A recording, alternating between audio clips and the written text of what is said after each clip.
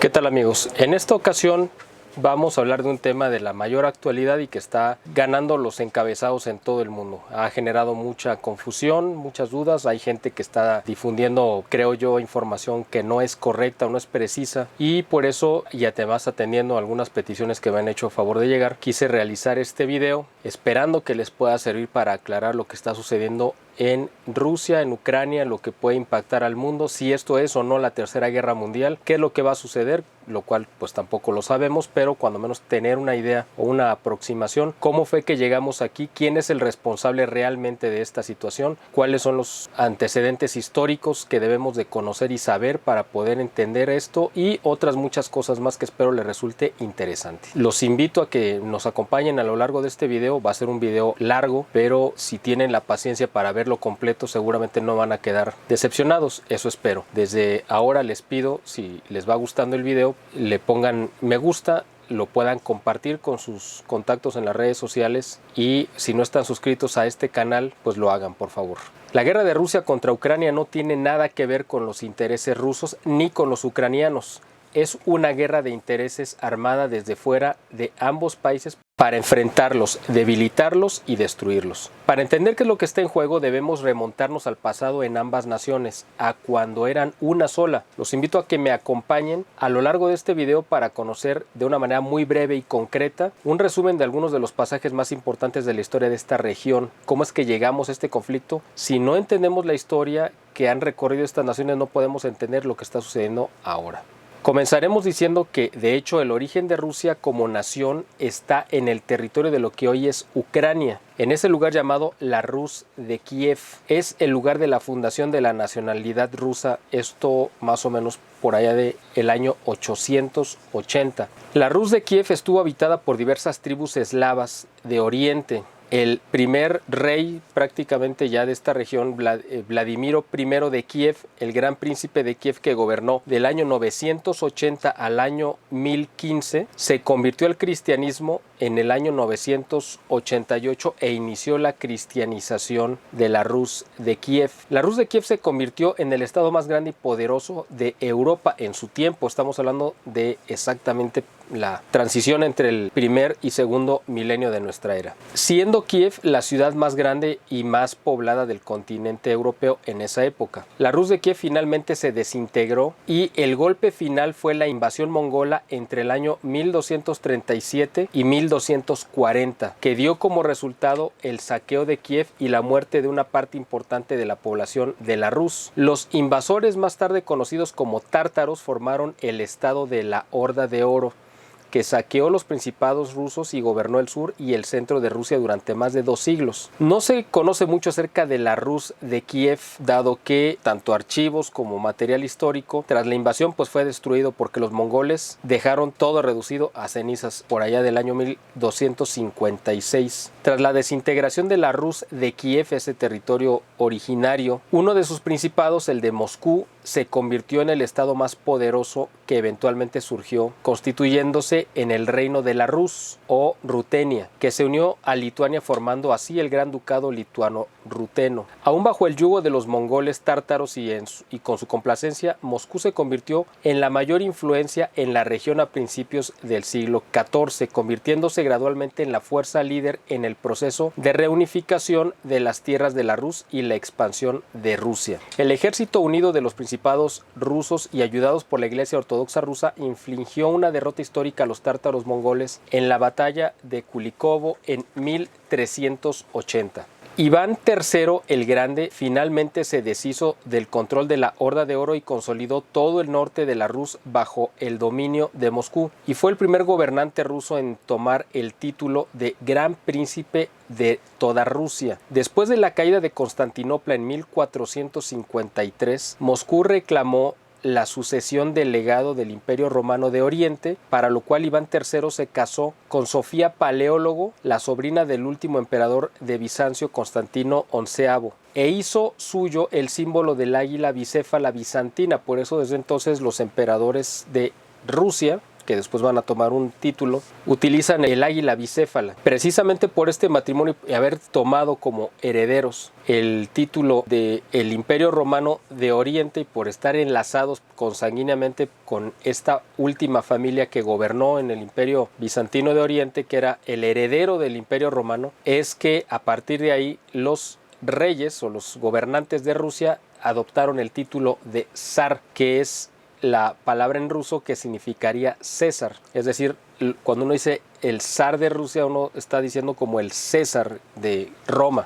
El gran duque Iván IV el Terrible, Iván el Terrible, fue coronado oficialmente como el primer zar de Rusia en 1547 durante el desarrollo de las ideas de la Tercera Roma. En 1569, el territorio de Rutenia o Ucrania se incorporó a la República de las Dos Naciones. En un tratado posterior se acordó el establecimiento del Gran Ducado de la Rus o Gran Ducado en Rutenia, pero debido al deseo de los cosacos de establecer un estado independiente, en 1648, tras una rebelión, se formó el Hermanato Cosaco o la Ucrania Cosaca.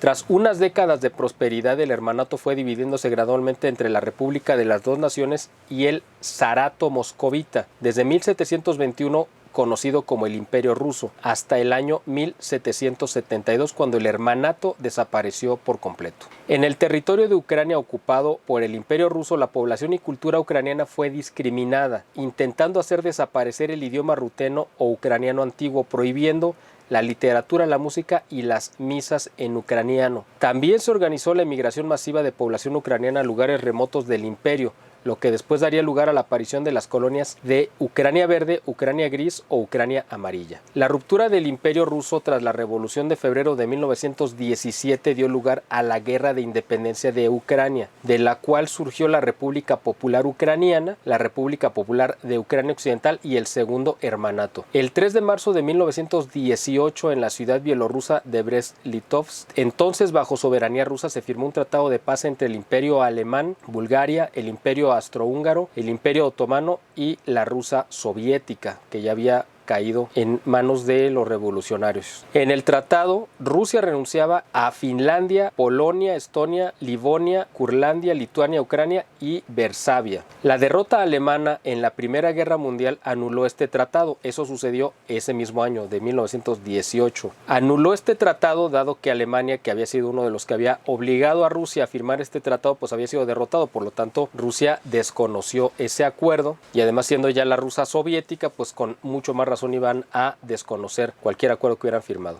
También desconoció todas las pérdidas y recuperó todo el territorio que había cedido en ese tratado original de 1918, lo recuperó en 1940, exceptuando Finlandia y Turquía, que fue la sucesora del Imperio Otomano. En el transcurso de la guerra, Ucrania Occidental se unificó con Ucrania en 1919, estamos hablando de la Primera Guerra Mundial, lo cual en la Conferencia de Paz de París de 1919 reclamaba todo el territorio en la cual la población ucraniana representaba una mayoría, el territorio de la actual Ucrania e importantes regiones de la actual Bielorrusia y la Federación Rusa. Como resultado de la guerra de independencia de Ucrania a Rusia, cuando se quisieron separar, la República Popular Ucraniana fue derrotada y su territorio fue repartido principalmente entre Polonia y la Unión Soviética, que asignó un muy reducido territorio a la República Socialista Soviética de Ucrania en 1921. En 1922, la República Socialista Soviética de Ucrania fue una de las repúblicas fundadoras de la Unión Soviética, mediante la firma del Tratado de la creación de la URSS. En la época de la Unión Soviética de 1922 a 1991, en mayor medida que en el Imperio Ruso, la población ucraniana fue afectada con limpiezas étnicas como el Holodomor en 1933, a la cual ya le dediqué yo un video que pueden buscar en este y en otros de nuestros canales. Esa limpieza racial donde murieron más de 12 millones de ucranianos por hambre, principalmente al haberse juntado una serie de factores, algunos climáticos y otros por una pésima administración de la central del gobierno soviético, que además de que movilizó o hizo moverse de su territorio a muchos pobladores de Ucrania y les impuso nuevos cultivos que no se dieron, y se juntaron una serie de factores que provocó una hambruna gigantesca y mató a esta cantidad de gente increíble. Además de esta limpieza racial, el idioma ucraniano fue suprimido en gran medida en los años siguientes de la rusificación de Ucrania, razón por la cual hay tantos rusohablantes en Ucrania en la actualidad.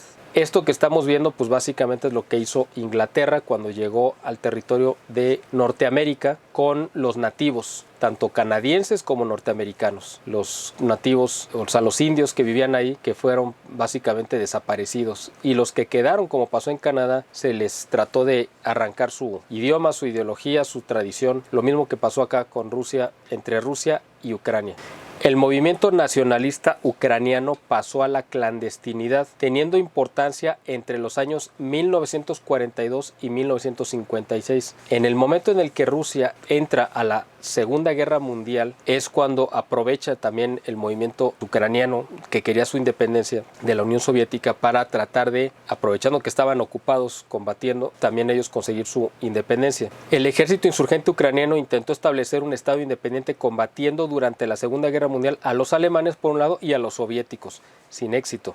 En 1945, la República Socialista de Ucrania se convirtió en uno de los miembros fundadores de la ONU. Ucrania se convirtió en un estado independiente hasta el 24 de agosto de 1991, tras el intento de golpe de Estado en la Unión Soviética que condujo finalmente a la disolución de la Unión Soviética en diciembre de ese mismo año. Desde entonces está en un proceso de transición de descomunización hacia una economía de mercado y un Estado democrático. Este proceso llevó a una inmediata depresión económica en la década de los años 90. Con el comienzo del siglo XXI, Ucrania comenzó a recuperarse económicamente y empezó a moverse hacia una democracia libre con manifestaciones como Ucrania sin Kuchma en 2001 y la Revolución Naranja en 2004. Hasta el 2007, la economía de Ucrania creció sosteniblemente, siendo uno de los países más prometedores en cuanto a crecimiento económico. Sin embargo, a partir de la gran recesión del 2008, padeció una segunda depresión económica. La principal actividad, yo creo, económica de Ucrania es la producción y exportación de cereales, que lo hacen, tienen un territorio muy grande. Además, Ucrania tiene una población de alrededor de 44 millones de habitantes, es equivalente a la población que tiene España o la que tiene Argentina, para que tengan una idea. Para entender la actual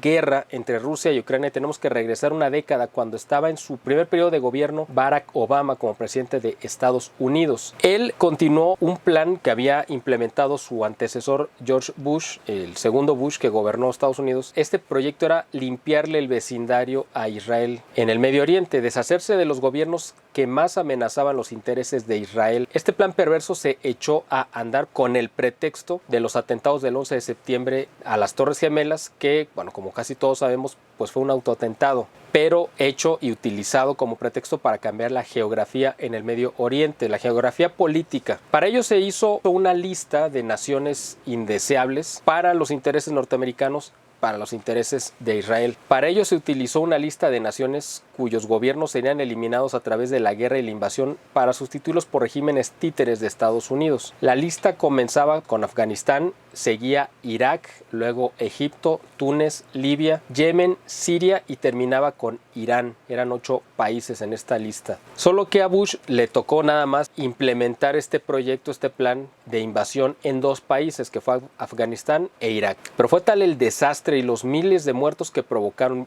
muertos civiles que provocaron, el desastre económico que llevó, el caos que provocaron y permitieron que tomaran el control de estos países guerrillas de terroristas y narcotraficantes y la gente más indeseable del país, que habían estado pues sometidos por gobiernos fuertes como el de Saddam Hussein y que ahora tenían la libertad de delinquir a sus anchas, y además que la misma población de esos países exigía que terminara la intervención norteamericana porque habían causado un caos terrible, habían destruido la infraestructura, la economía, habían arrojado a miles de personas a tener que moverse de su lugar de origen, sino que los habían dejado sin trabajo, sin oportunidades. Fue una cosa espantosa. Pero además, por si fuera poco, por las miles de muertes de soldados norteamericanos, que también por las que tuvo que responder el gobierno de Bush. Así que aún en la opinión pública norteamericana se le exigía que terminara esa intervención y esa ocupación de estos países, estos territorios. Así que cuando entró Obama en el 2009, tuvieron que cambiar la estrategia, y aunque iban a continuar con ese mismo plan, pero iban a tener que cambiar la estrategia. Ya no podían lanzar operaciones de invasión militar porque sabían que no iba a funcionar. Así que para continuar con estas operaciones lanzaron desestabilizaciones a través de lo que se conoció como las primaveras árabes, que eran agitaciones sociales coordinadas, financiadas desde Estados Unidos con militantes dentro de los territorios a los que querían sacudir, milicianos contratados pero que fueran locales para simular un descontento social, ellos levantar supuestas protestas y manifestaciones organizándolas y generar un caos de ingobernabilidad y con ello debilitar a los regímenes gobernantes que si respondían violentamente pues iban a ser criticados y si no pues se debilitaban. Y con esta operación se creó un medio ambiente propicio para la opinión pública y para los medios de comunicación que los presionaron a renunciar. Así cayeron el gobierno de Egipto, de Libia, Túnez y Yemen. Y cuando llegó el turno a Siria en el año 2011 la situación ya ahí cambió. Aunque ustedes no lo crean, la guerra de Siria de 2011 es el origen de este conflicto que estamos enfrentando en el 2022, ya que los rebeldes en un principio los rebeldes en Siria contaron con la asistencia logística y después bélica de Estados Unidos y obviamente con un financiamiento muy generoso. También les hicieron llegar entrenamiento y armas. Después el mismo gobierno norteamericano tuvo que admitir que parte de esa ayuda que dieron tanto de armas como de dinero terminó en manos de los terroristas. Claro, esa era la intención, no es que reconocieran que bueno, se nos perdió, no, era la intención que terminara en esas manos, pero lo tuvieron que reconocer a través de investigaciones. Además, todos los socios de Estados Unidos de la región, ¿no?, como Arabia Saudita, Kuwait y otros estados, donaron y dieron millones de dólares a los grupos terroristas. Según declaró en marzo de 2014 David Cohen, secretario adjunto del Departamento del Tesoro especializado en terrorismo e inteligencia financiera de Estados Unidos.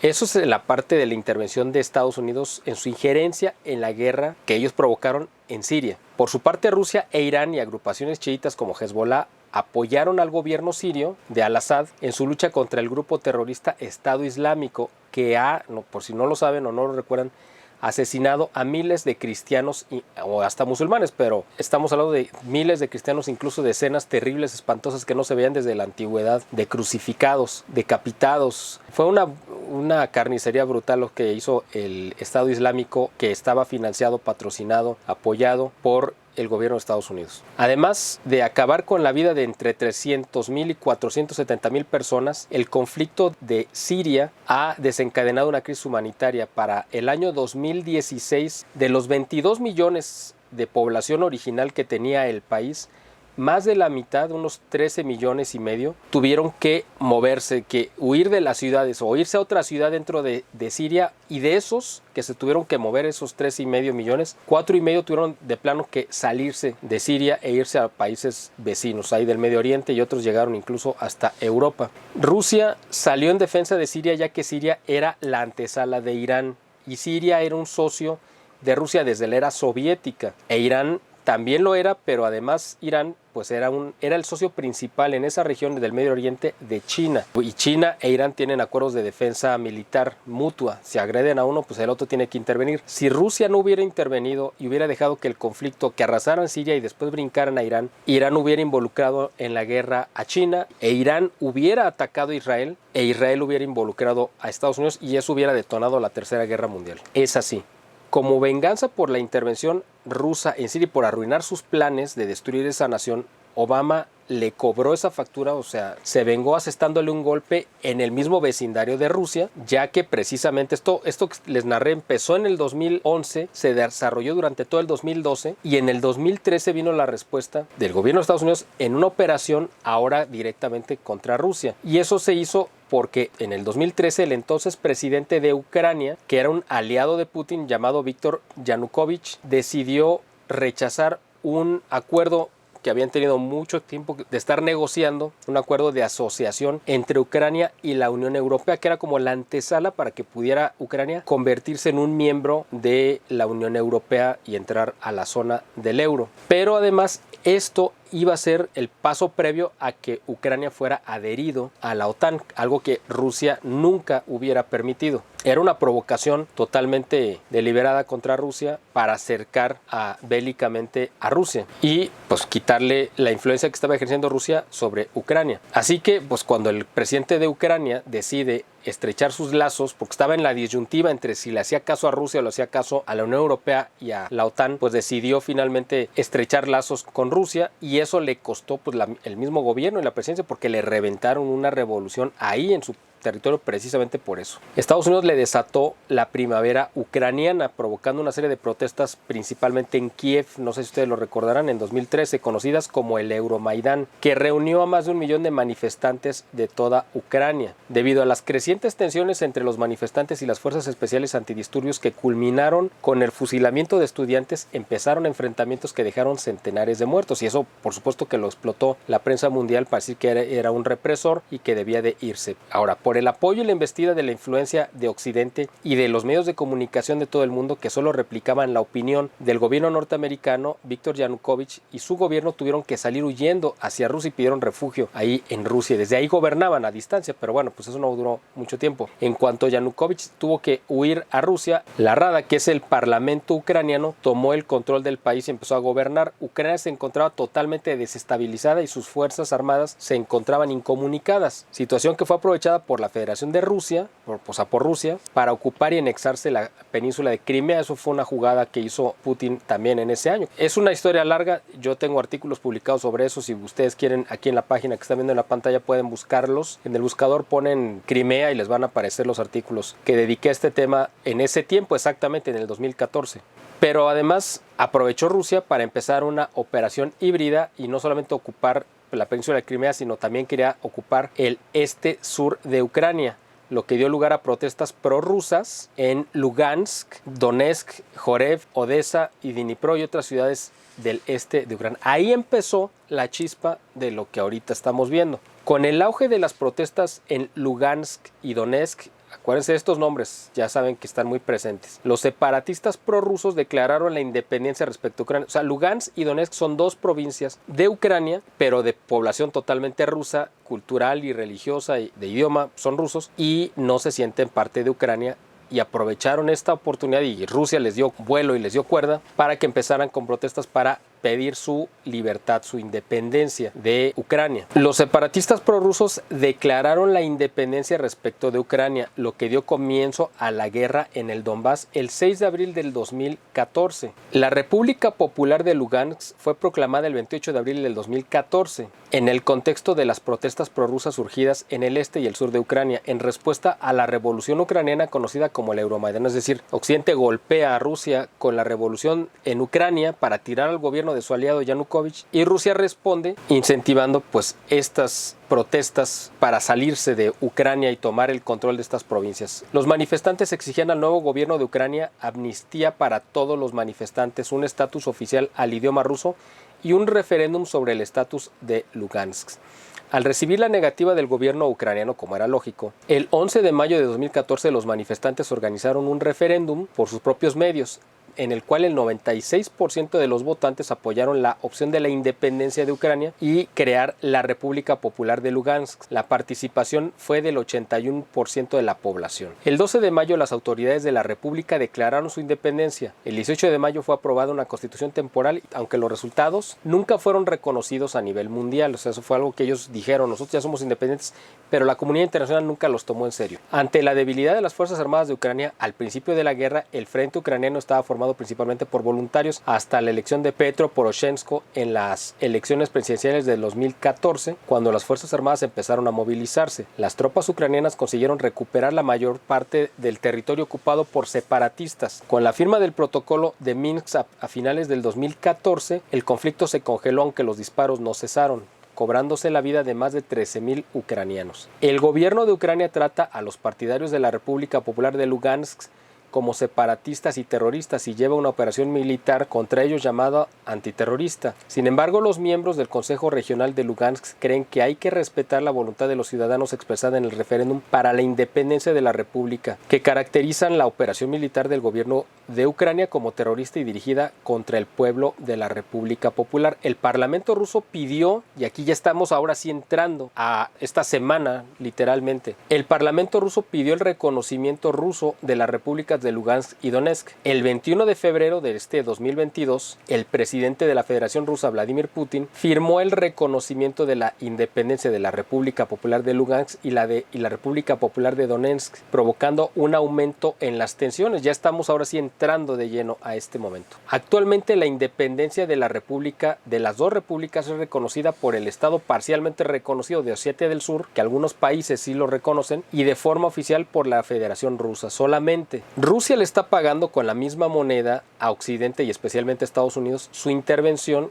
y la crisis provocada en Ucrania en el año 2013, es decir, hace ya 9 años. Rusia, con esta intervención militar que acaba de iniciar, está encaminada a tirar al gobierno actual de Ucrania como lo hizo Estados Unidos con el de Poroshenko. Y lo que quiere Rusia, exactamente lo mismo que hizo Estados Unidos. Tiró al régimen prorruso de Ucrania y puso a un gobierno títere. Y ahora quiere Rusia hacer lo mismo, tirar al gobierno pro Norteamérica o pro Occidente de Ucrania y poner ahí a un aliado. Al lograr eso, pues Rusia va a poder negociar un acuerdo de paz que le convenga principalmente a Rusia. Y lo que quiere Rusia, pues es, al tomar el control de Ucrania, pues es blindarla para que no vuelvan a tener injerencia ni Estados Unidos ni la OTAN. Rusia no quiere una guerra, obviamente, contra Estados Unidos, pero está aprovechando, y esto es muy importante de señalar, la debilidad evidente de Biden, debilidad en todos los sentidos, no solamente física, sino mental y, bueno, y moral, por supuesto. Y, bueno, y la somnolencia mental que es tan notoria en él, para dar un golpe en la mesa y dar un golpe de poder. Por eso está aprovechando esta situación de debilidad y de desprestigio gigantesco que tiene Biden ahorita en su gobierno por todo el desastre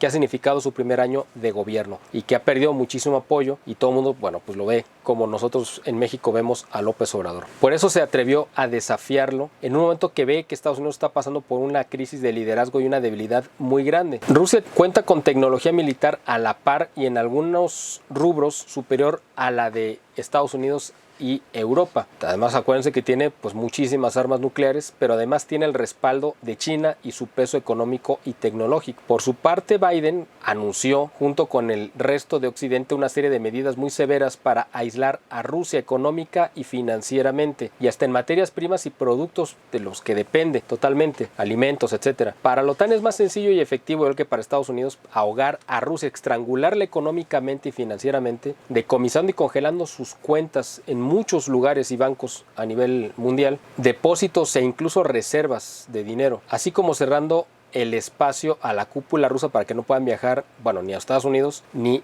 a Europa, y presionando a dirigentes y señalando a muchos como indeseables. Una de las presiones es que Europa le va a dejar de comprar gas a Rusia, pero quien va a salir perdiendo es Europa, porque ya China anunció que el gas que le deje de comprar Europa, pues se lo van a comprar ellos, de todos modos lo van a utilizar. Y Estados Unidos, pues nada tonto, le ofreció inmediatamente surtir de gas todo el gas que necesite Europa, se lo van a llevar desde Estados Unidos, pero obviamente eso va a disparar los costos por el simple hecho del traslado.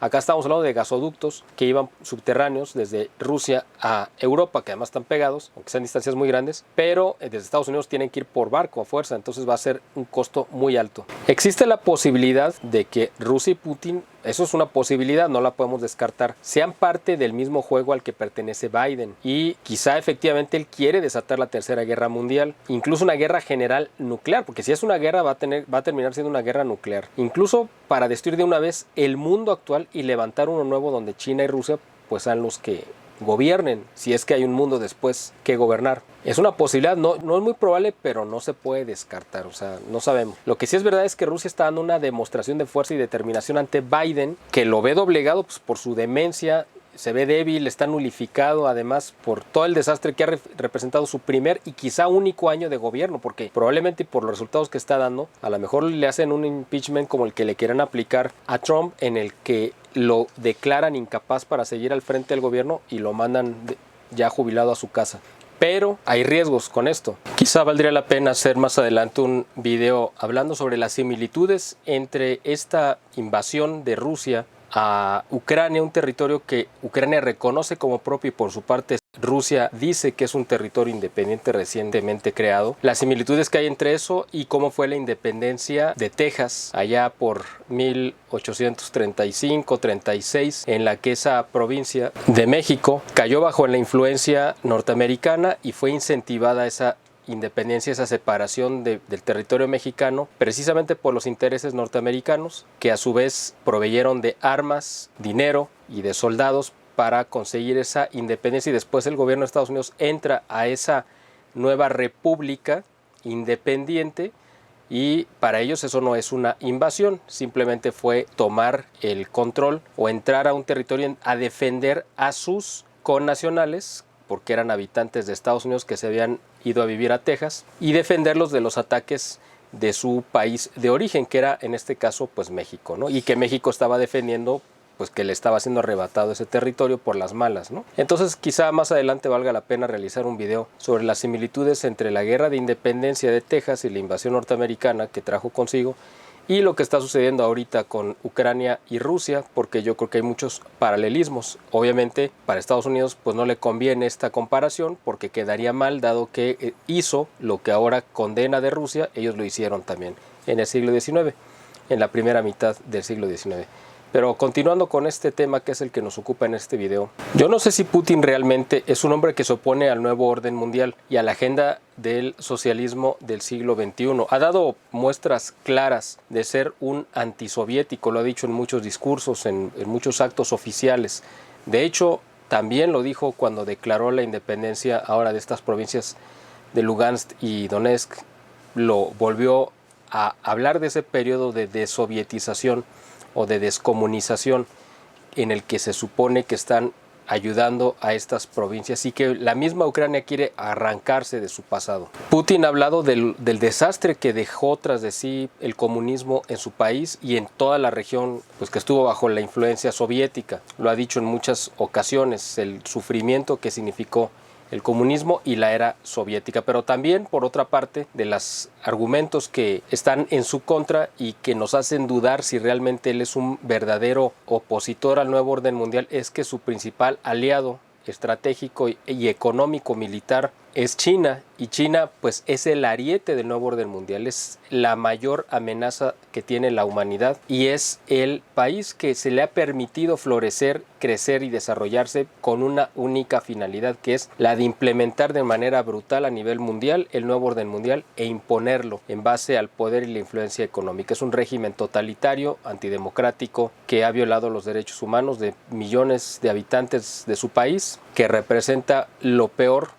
lo más degradante. Le ha declarado, por supuesto, ya lo sabemos, la guerra a la Iglesia Católica también y a otras muchas denominaciones religiosas que se oponen, como a una tradición que se llama Falun Gong, que es una corriente religiosa china que busca el rescatar la tradición previa a la revolución comunista, a que China cayera bajo este régimen brutal a mediados del siglo XX, y busca rescatar la corriente de pensamiento humanista del confucianismo y otras. Pues esas muestras de pensamiento que se oponen al Partido Comunista son totalmente reprimidas por el régimen chino. Entonces, esas son las señales confusas que lanza Putin. Otro aspecto negativo, como ya lo sabemos, de Putin es su cercanía con los peores regímenes de nuestro hemisferio. Tiene como aliados, y los ha tenido y ha defendido, a países y a gobiernos como el de Cuba, en primer lugar, por supuesto, a Nicaragua, a Bolivia, en su momento a Ecuador, cuando estaba Correa, a la Argentina de los Kirchner también, a Venezuela, por supuesto, y no me extrañaría que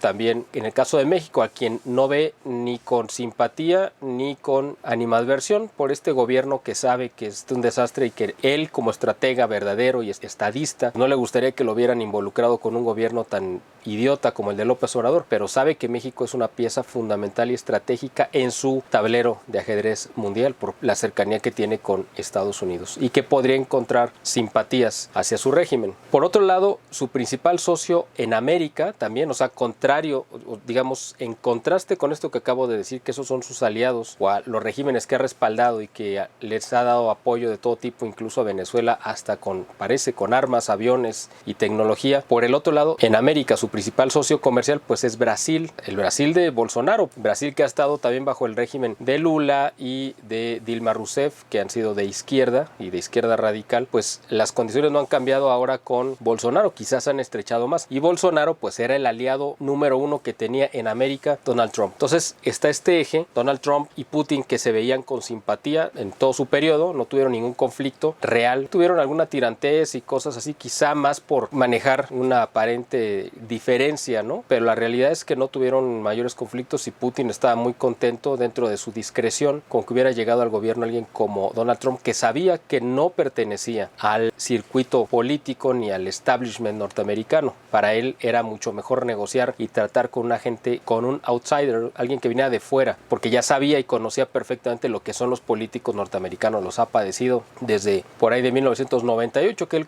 es cuando él entra en escena a suplir a Boris Yeltsin, que ya estaba totalmente incapacitado para ejercer el poder realmente en Rusia, pues por sus problemas de alcoholismo y sus enfermedades. Entonces, desde el 98, pues tiene ya prácticamente 25 años, 24, cumpliéndose ahora en el 2022, padeciendo a los regímenes norteamericanos, demócratas y republicanos. Pero Trump era un caso distinto. Así que por eso con Putin es muy difícil saber cuál realmente es su posición, qué es lo que está diciendo, hacia dónde se va a inclinar, qué papel va a jugar. Es difícil, no se puede decir que es una pieza del nuevo orden mundial o que está totalmente en contra del nuevo orden mundial. Yo al menos no lo tengo claro porque veo señales en ambos sentidos. Él ha sido un opositor abierto y ha estado documentado en contra del, por ejemplo, del aborto y de la ideología de género y de toda la agenda de destrucción que ha tenido el nuevo orden mundial a través de sus principales voceros, que son los presidentes de Occidente y principalmente de Europa y de Estados Unidos. Y él se ha opuesto a esa agenda, incluyendo a Bergoglio,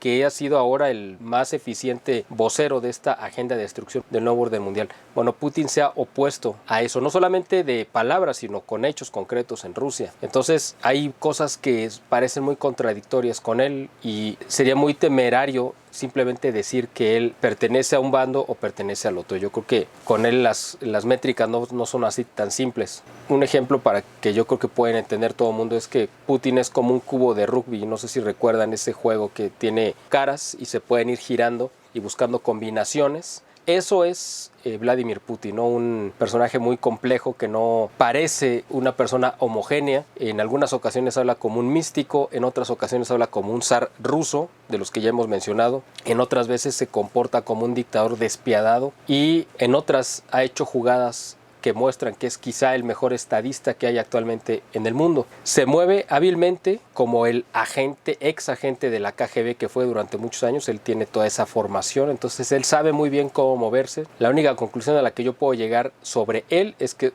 solamente Dios sabe qué hay en su cabeza, en su mente, en su corazón y en su voluntad. Como sea, pues la prensa mundial y la opinión pública ya lo responsabilizaron, como sabemos, de la invasión de Ucrania y están pidiendo todo tipo de castigos, sanciones y condenas. De hecho, en la reunión de emergencia que hubo en el Consejo de Seguridad de la ONU, se pidió que se condenara la invasión de Ucrania y Rusia, que tiene poder de veto, pues la vetó. Obviamente no se pudo sacar una condena contra Rusia porque Rusia misma lo vetó, pero ya toda la opinión pública del mundo está volcada en decir que Rusia ahora es prácticamente la nueva Alemania en 1939. Ustedes recordarán que previo a la Segunda Guerra Mundial en 1939, en agosto de 1939, ciertas acciones que emprendió Alemania con el beneplácito, pero hay que recordarlo, de Inglaterra y Francia, cuando él hace ciertas movidas a partir del 1 de septiembre de 1939, inmediatamente le declara la guerra a Inglaterra y Francia a Alemania, argumentando que él había cometido un acto de guerra cuando entra a Polonia. Y esto es lo mismo exactamente que se está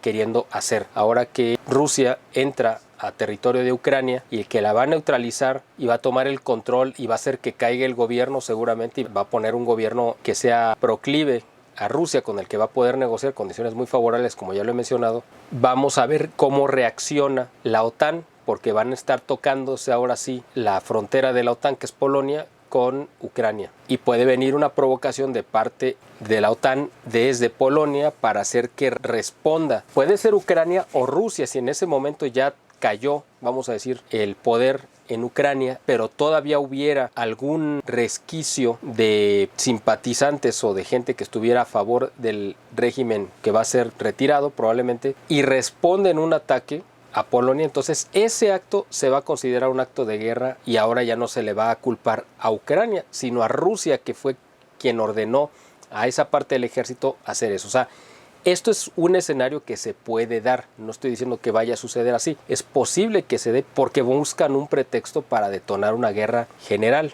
Ahorita aparentemente están evitándolo a toda costa, aparentemente, pero sabemos que la intención original, y no desde ahora, sino desde hace ya más o menos 6 años, desde el 2016, era llegar a este punto donde hubiera un estallido de la Tercera Guerra Mundial, que se ha ido retrasando. Otro asunto que hay que tomar en cuenta dentro de esta guerra y de las guerras en general es que hay una guerra paralela, que es la guerra mediática, la guerra de propaganda. Es muy importante tener esto en cuenta porque mucha gente se puede confundir. Por supuesto que está toda la prensa occidental enfocada en acusar a Putin, y por el otro lado está medios como RT, más otros en Rusia, en China, en el Medio Oriente, los aliados, incluyendo pues algunos medios medio chabacanos en América, ¿no? Como Hispan TV y otros que son totalmente favorables al régimen chino y a Rusia. Y ellos están manejando las versiones totalmente contrarias. Es decir, si uno escucha los dos medios, parece que estamos hablando de dos guerras diferentes. No coinciden absolutamente en nada, en algunos hechos, pero en el enfoque y la explicación son totalmente opuestos. Esto lo tenemos que entender porque hay una guerra mediática, una guerra de propaganda. Las guerras muchas veces se ganan más con la propaganda y con los medios que con las armas. Y esta es una guerra que quizá va a tener este proceso. No hay que confundirnos y es muy importante, y la labor que nosotros estamos haciendo es tratar de analizar precisamente cuál de las dos o cuánto de alguna de esas dos partes están diciendo las cosas que consideramos que son las más apegadas a la verdad, y nosotros tratamos de aportar una interpretación quizá intermedia, porque nosotros no estamos ni a favor de Estados Unidos ni a favor de Rusia, en el sentido de que hay partes que coincidimos en la postura de Rusia y hay cosas que están equivocadas en su postura. No necesariamente estamos avalando la postura de Estados Unidos. No queremos ser neutrales en el sentido de no meternos si tenemos una posición y un criterio, pero es muy difícil pasar entre el filo de estas dos navajas porque no se distingue muy bien a veces quién es el que está. A veces sí es muy claro, muy obvio, muy grotesco, pero a veces no se sabe cuál de los dos bandos está mintiendo más. Ese es el problema. Ya Rusia invadió una vez Polonia, quizá podríamos ver nuevamente otra expansión hacia Occidente. Si es que Rusia se atreviera no solamente a llegar hasta Ucrania, sino que avance hacia Polonia y se meta a Europa ya de lleno, bueno, Ucrania ya es Europa, pues, y Rusia también, pero me refiero ya a la parte central de Europa. Aquí estaríamos entrando ya a otro terreno de análisis que ha sido una de las características por las cuales nos inspiró para crear este boletín. No solamente hablar de geopolítica, economía y todos estos asuntos del plano humano, sino todo enfocarlo y verlo y analizarlo desde el plano de que estamos en los últimos tiempos, proféticamente hablando, y pues viéndolo desde la óptica que hay una lucha espiritual entre el bien y el mal que nosotros no a veces somos capaces de ver y que ni siquiera está en este plano material. Eso es a donde podemos entrar ya al siguiente nivel si es que se dan estas condiciones, porque aquí entonces Rusia sí estaría, o esta guerra, si es que se extiende, estaría cumpliendo el papel de las profecías de los últimos tiempos. Para eso debemos recordar que el pueblo ruso y los eslavos en general son profundamente marianos, y Putin tiene muy presente las profecías de la Virgen de Fátima. A veces nos va ese asunto, se nos cuela, pero es importante saber que Putin está muy consciente, muy preocupado por las profecías de la Virgen de Fátima. De hecho, ya hay testimonios publicados desde hace muchos años que las dos visitas que ha realizado Putin a Bergoglio en el Vaticano fue específicamente para pedirle que revelara completamente el secreto de Fátima y pedirle la consagración de Rusia al Inmaculado Corazón de María. Imagínense, Rusia tiene su propia iglesia, la Iglesia Ortodoxa Rusa, pero no la quiere hacer con ellos, sino la quiere hacer dentro de la Iglesia Católica, porque sabe que ahí es donde viene y donde se cumplirá la profecía. ¿Y saben cuál fue la respuesta en ambos casos de Bergoglio? Que ese tema de Fátima no se tocaba en el Vaticano y que no se lo volviera a pedir, porque mientras él estuviera al frente de la iglesia jamás se realizaría la consagración de Rusia. Eso lo han declarado dos testigos que estuvieron ahí presentes haciendo la traducción, y nosotros dependemos de su testimonio. Ustedes pueden creerlo o no. Yo sinceramente lo creo, porque Bergoglio está totalmente entregado a la agenda diabólica del nuevo orden mundial. Eso nos queda muy claro. Biden anunció en las últimas horas de esta ya casi fin de semana en el que estamos haciendo este video que bajo ninguna circunstancia atacaría militarmente a Rusia. Haga lo que haga Rusia, Estados Unidos no lo va a atacar militarmente y no va a enviar tropas a Ucrania. Es decir, al menos de parte de Biden no hay interés de entrar a una guerra con Rusia, porque eso desataría obviamente la Tercera Guerra Mundial. Por eso, por ahora, no hay que hablar y desatar rumores falsos de que esto es la Tercera Guerra Mundial, porque aún no lo es. No hay que diseminar rumores que generen temor y dudas y que empantanemos las redes sociales o las llenemos con discursos o con mensajes que sean falsos, que no tengan sustento. Hay que ser muy cuidadoso con lo que estamos compartiendo. Ahora, eso es lo que dijo Biden, que sí le van a hacer la vida imposible económicamente de todas las formas, pero no va a haber un ataque militar. Pero Biden, aunque representa una nación, él no es todo el gobierno de Estados Unidos y hay otras fuerzas que actúan y que esas fuerzas que ponen y quitan presidentes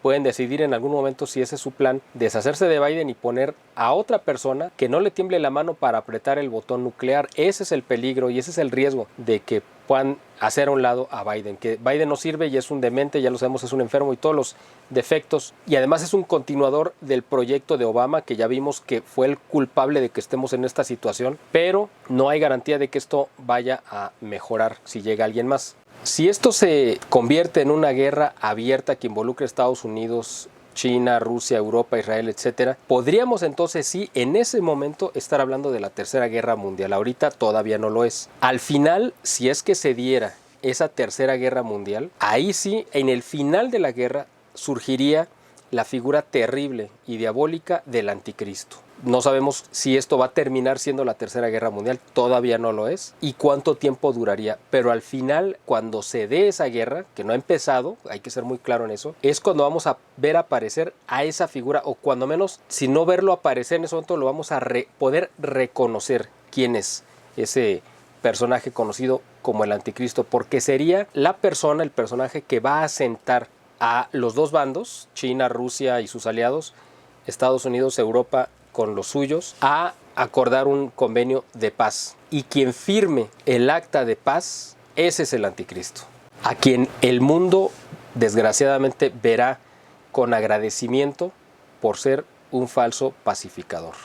Ahí va a empezar el engaño mundial de este personaje, a quien la gente le va a agradecer que termine con este horror. Como ahora la gente cree que la inoculación es la redentora de la humanidad para salir de este suplicio de 2 años.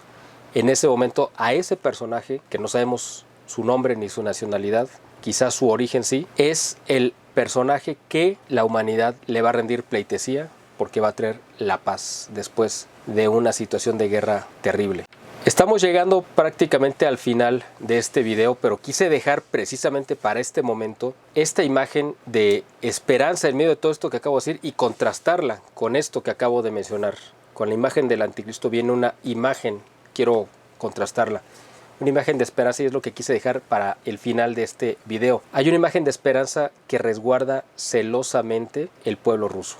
Es su mayor tesoro. Es un escudo tan poderoso ante el cual el mismo Putin se ha doblegado, se ha hincado y derramado lágrimas. Si es que en él hay alguna lágrima sincera, han sido esas que derramó ante ese tesoro que ha resguardado Rusia durante cerca de 1000 años. Si Putin es capaz de conmoverse ante algo, ha sido ante este tesoro, que ha sido su escudo protector de Rusia ante muchos ataques e invasiones, y el pueblo ruso le tiene un particular agradecimiento, cariño y veneración, porque saben que es una imagen sagrada, bendita, y que fue un obsequio del cielo para ellos.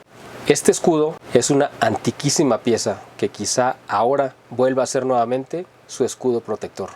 Si es que Rusia es de verdad un instrumento de la providencia para limpiar al mundo de los enemigos de Dios y de la humanidad. O quizá Rusia pueda ser un instrumento también de la providencia para volver a la humanidad hacia Dios a través de un penoso, doloroso y amargo proceso de purificación, en el que habrá mucho dolor, quizá desesperación y lágrimas, y que le abra las puertas para que cabalguen libremente por el mundo los 4 jinetes del Apocalipsis: la guerra, el hambre, la peste y la muerte, lo cual provocará, por supuesto, el mayor sufrimiento que la humanidad haya padecido a lo largo de su historia.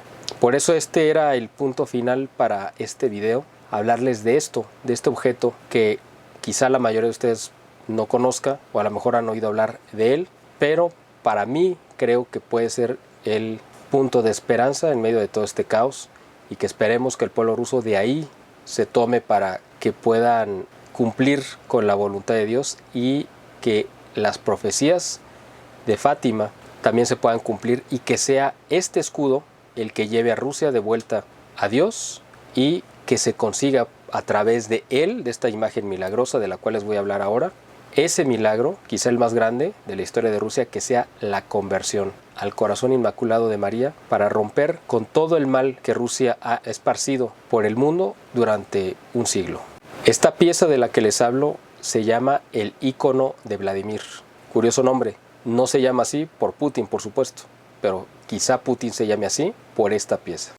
Es un ícono, como ya mencioné, esta palabra, que es una palabra griega, que significa imagen, es una pintura en estilo bizantino, eso es lo que dicen los expertos, aunque yo creo que es al revés. Creo que el estilo bizantino está tomado de esta pieza, es decir, lo toma como ejemplo. Todos los íconos que conocemos bizantinos, es decir, de las iglesias de Oriente, han tomado como modelo esto que se conoce genéricamente como estilo bizantino, pero yo creo que todos se remiten a esta pieza de la que les estoy hablando. Este ícono es la representación de la Virgen María cargando al niño Jesús, y el niño Jesús recargado en la Virgen, haciéndole una caricia en la mejilla. Este tipo de pintura se le llama elousa, que es una palabra griega que significa ternura. También significa misericordia. El icono de la Virgen de Vladimir tiene la particularidad de estar pintado por ambos lados, como lo están viendo aquí en la imagen. Tiene una imagen de frente, que es la que todos conocen, pero también está pintada por la parte de atrás. El reverso lo realizó, eso sí se sabe exactamente, la Escuela de Iconografía de Moscú, porque originalmente el cuadro o el icono solamente estaba pintado de frente, la imagen que ustedes ven de la Virgen con el niño. Esta imagen posterior, la que fue hecha posterior, me refiero tanto en el tiempo como la parte de atrás, representa un trono cubierto con tela roja, preparado para la segunda venida de Cristo. Esto es muy importante porque aquí nos está hablando de que Rusia puede ser ese puente entre este momento que estamos viviendo, que nos conecte con el final de los tiempos y el regreso de Cristo. Y que es la imagen más venerada de Rusia, puede ser una imagen profética para ello. El trono está cubierto por una tela roja, preparado para la segunda venida de Jesucristo, para juzgar a los vivos y a los muertos. En el trono está el Evangelio, en un marco dorado. Se ven clavos, la corona de espinas, recordando el tormento del Salvador, y una paloma blanca, símbolo del Espíritu Santo. Detrás del trono está la cruz del Calvario, en la que Cristo fue crucificado, junto a la lanza que le clavaron en las costillas. También un bastón con la esponja que se le ofrecía para saciar su sed durante el sufrimiento en la cruz. Es la imagen religiosa más venerada de Rusia, no esta de atrás, sino la parte del frente. Incluso por el mismo Putin, el mismo presidente Putin, quien ha estado delante de ella orando y le ha ofrecido velas, le ha llevado velas en Navidad, que habrá quienes consideren que es propaganda. Esta veneración de él y de todo el pueblo de Rusia, o la mayoría, se debe a que, según una leyenda rusa, herencia de la tradición litúrgica eslava, es decir, desde su origen prácticamente, la historia que nos ha llegado a forma de leyenda es que en la casa de Nazaret, donde vivía la Sagrada Familia, la mesa que usaban para sus alimentos fue tallada, pues obviamente, por el mismo San José, como carpintero que era, seguramente con la ayuda de su aprendiz, el pequeño Jesús, o adolescente o joven. Así que solo por la manufactura de la mesa, es decir, solamente por la fabricación, ya era un objeto doblemente bendecido, porque había sido tocado por las manos de San José y por las de Jesús. Pero si a eso le sumamos que en ella comía la Santísima Virgen también, ahí hacía sus alimentos, entonces tiene una triple bendición por ser quizá el único objeto que usaban regularmente y al mismo tiempo la Sagrada Familia. Imagínense esto, este tablón que usaron para sus alimentos. Bueno, pues la historia nos conecta con en ese momento. Según la leyenda, cuando la Virgen María se va a vivir con San Juan después de la muerte y resurrección de Cristo, que la Virgen queda al cuidado del apóstol San Juan, al parecer decide usar esa sagrada mesa, ese tablón tallado por San José y por Jesús, y convertirla en objetos que iba a hacer llegar a diferentes iglesias que se estaban fundando, que era una muestra de amor, de cariño, como para incentivarlos. Y motivarlos. El evangelista San Lucas, que hay que recordar que no solamente fue evangelista y discípulo de Cristo, sino además de médico, también fue pintor. Y quizá por iniciativa del mismo San Lucas, esa mesa se desmonta y el tablón grande se divide en 9 partes, y en cada una de esas 9 tablas San Lucas pinta, y se cree, según la tradición, que él hizo un retrato, literalmente, de la Virgen María que posó para él en esta imagen, para cada uno de ellos. Pero la historia no es, ya de por sí ahí es fascinante, pero hay algo más todavía. Y al final de cada retrato, todo esto de acuerdo a la leyenda, la Virgen Santísima, según cuenta la tradición, sonrió ante ellos, los besó y bendijo a cada una de esas 9 tablas. Es la única imagen de la cual se puede hablar que directamente posó la Virgen María para que fuera retratada por este pintor. Y esas 9 imágenes se enviaron a iglesias que se estaban fundando, o quizá a los apóstoles, y los apóstoles con ellas peregrinaron.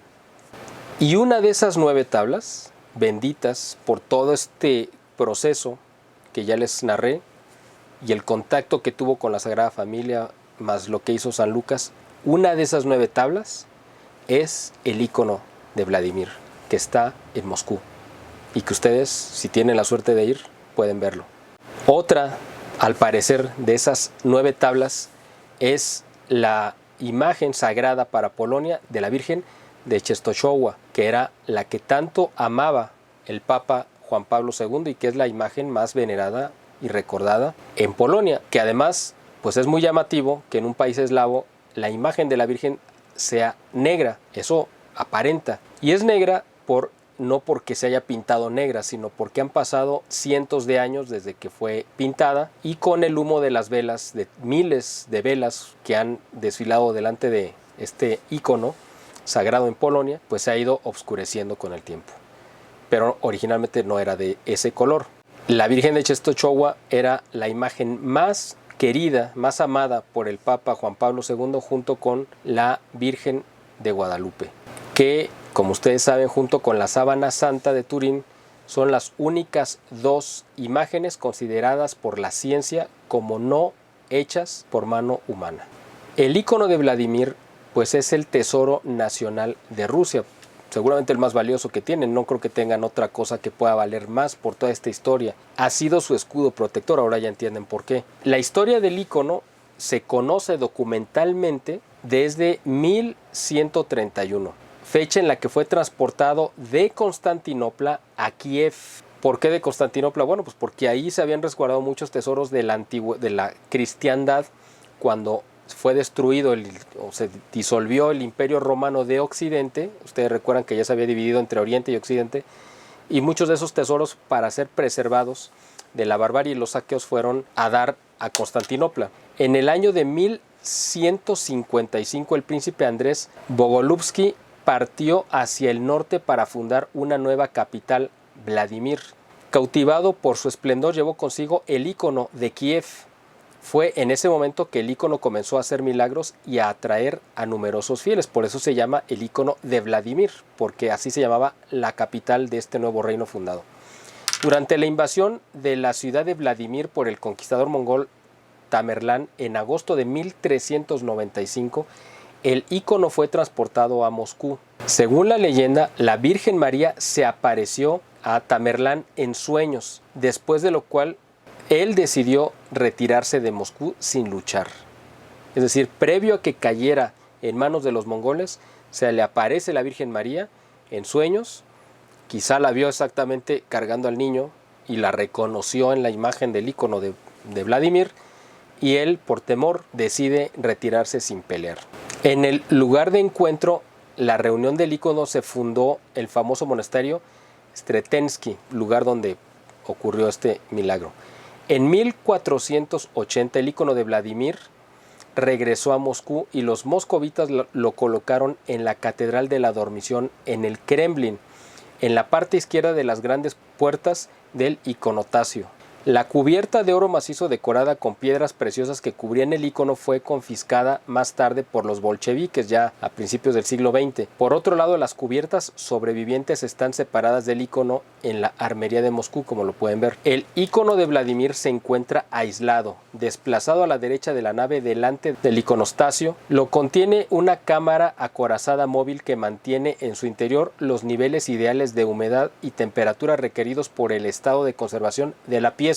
Dentro de ella, el icono es mantenido en suspensión entre dos cristales blindados que permiten observar las dos caras pintadas del icono. Enmarca la cámara una estructura en madera clara con unas dimensiones aproximadas de 2,5 metros de alto por 1,5 de ancho. Dicha estructura con bisagras en su lado derecho se abre a modo de puerta con un sofisticado sistema de apertura como medida preventiva contra robos.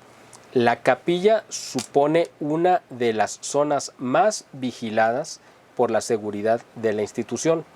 Posee miembros de vigilancia y cámaras conectadas. A su vez, la cámara del icono se mantiene conectada con el circuito de alarmas del museo, además de con las dependencias policiales de la ciudad. Bueno, pues con esto quería terminar este largo video que les agradezco que hayan tenido la paciencia de ver completo, espero, y que ojalá que les haya aportado información respecto a lo que está sucediendo para tener un contexto más claro y cómo es que llegamos a este momento, sin desconectar esta parte que quise dejar al final porque era para mí la más importante, la parte espiritual, si realmente esto está cumpliendo las profecías, si esto es un conflicto que va a derivar en que entremos al tobogán del final de la historia, quizá humana, cuando menos como la conocemos actualmente, o esto va a ser un periodo de preparación, que yo creo que así lo debemos de tomar, para cuando ese acontecimiento venga, nosotros espiritualmente podamos estar fortalecidos. Es la invitación que yo quiero hacerles, inspirados en esta imagen sagrada del ícono de Vladimir, esta imagen sagrada, tocada por estas manos benditas y que, aunque es un tesoro ruso,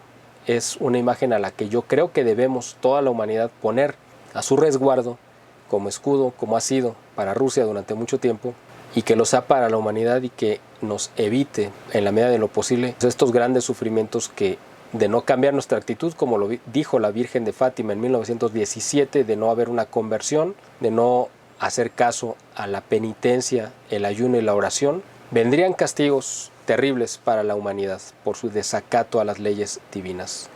Creo que estamos en ese momento, en esa encrucijada, y este puede ser el punto de inflexión sobre si tenemos aún la condición moral y espiritual para hacer caso a esto que nos dijo la Virgen de Fátima hace 105 años, o seguiremos haciendo omisión a esta petición y Rusia no será consagrada y tampoco se nos será retirado este castigo terrible que está anunciado. Ojalá que en la Iglesia Católica se tome en serio las palabras de la Virgen María. Seguramente por este actual pontificado no será así, pero hay que pedirle a la sagrada imagen de la Virgen de Vladimir que permita que llegue un pastor a la iglesia cuando sea el momento, cuando no haya un pastor legítimo, porque ahora lo hay, y es Benedicto XVI, pero cuando no lo haya, y que pueda reconducir la barca de Pedro hacia la orilla y lleguemos precisamente al lugar que ella nos tiene reservado en su corazón inmaculado. Que así sea.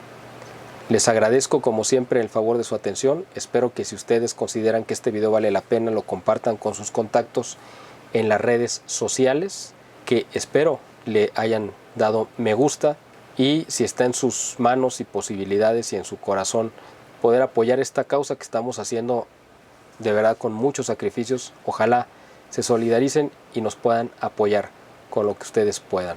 Cualquier donativo nos es útil. Aquí en la descripción de este video vienen las formas en las cuales pueden apoyarnos, y nosotros confiamos siempre, por supuesto, en la providencia, que es la que nos ha motivado a seguir a lo largo de estos 8 años haciendo esta labor de despertar conciencias y de tratar de inspirar a la gente a que haga de su vida algo que sea grato a los ojos de Dios. Les agradezco el favor de su atención y espero verlos pronto en un siguiente video.